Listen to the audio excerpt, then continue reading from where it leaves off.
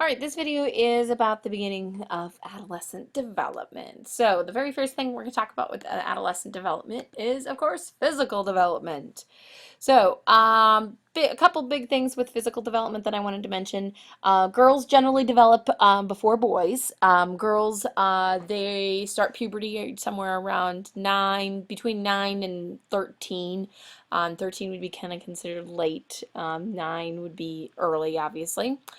Boys, on the other hand, will start puberty sometimes around 11 to 14. Okay, that would be when boys go through puberty. You can oftentimes tell the boys, especially when you go into, like, say, a fifth or sixth grade classroom, you'll oftentimes see that girls that have started puberty are like significantly taller than the boys in the class that haven't gone through puberty yet. Even in the halls here at Chittard, you can walk down the halls and you can pick out those freshman boys because there's not all of them, but some of them that are kind of on the shorter side.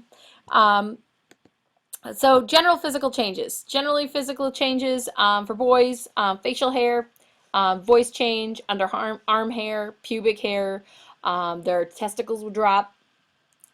First ejaculation, that's called spermarchy, that's in your book.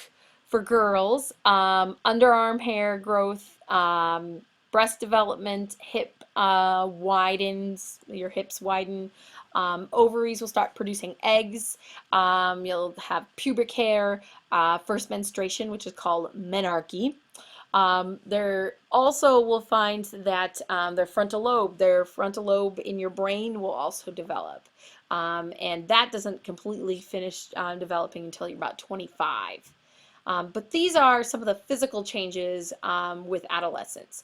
Now, that said, there are a lot of reactions to puberty that I also want you to be aware of.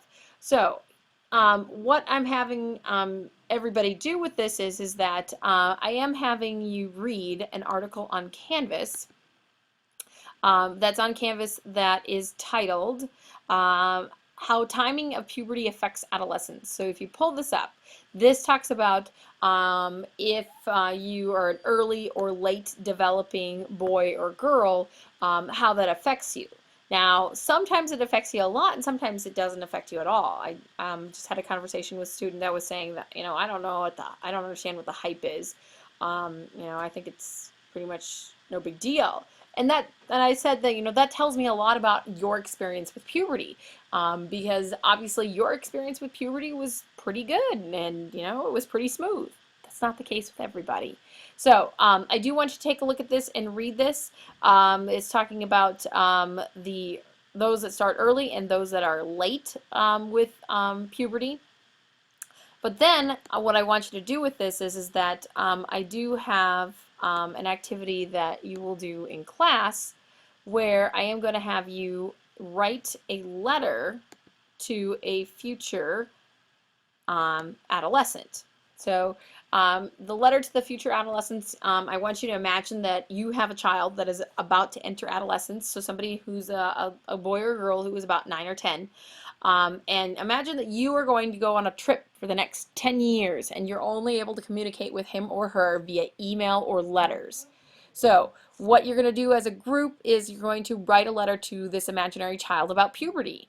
And I want you to write to them, and I want you to write something that a child can understand. I want you to be honest about those changes, so don't lie to them. But I also want you to put things in a positive light. Don't scare them to death.